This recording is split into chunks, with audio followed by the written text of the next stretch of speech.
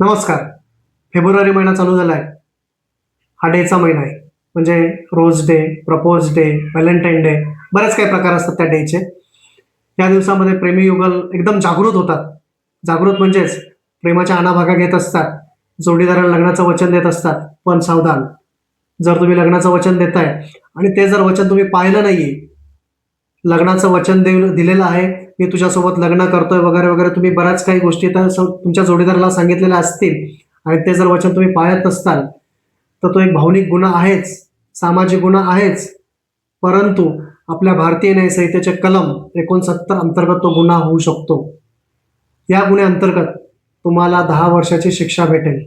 त्यामुळे जर लग्नाचं वचन देत असाल, त्याची पूर्तता करणार असाल, तरच लग्नाचं वचन द्या, अन्यथा सावधान. धन्यवाद.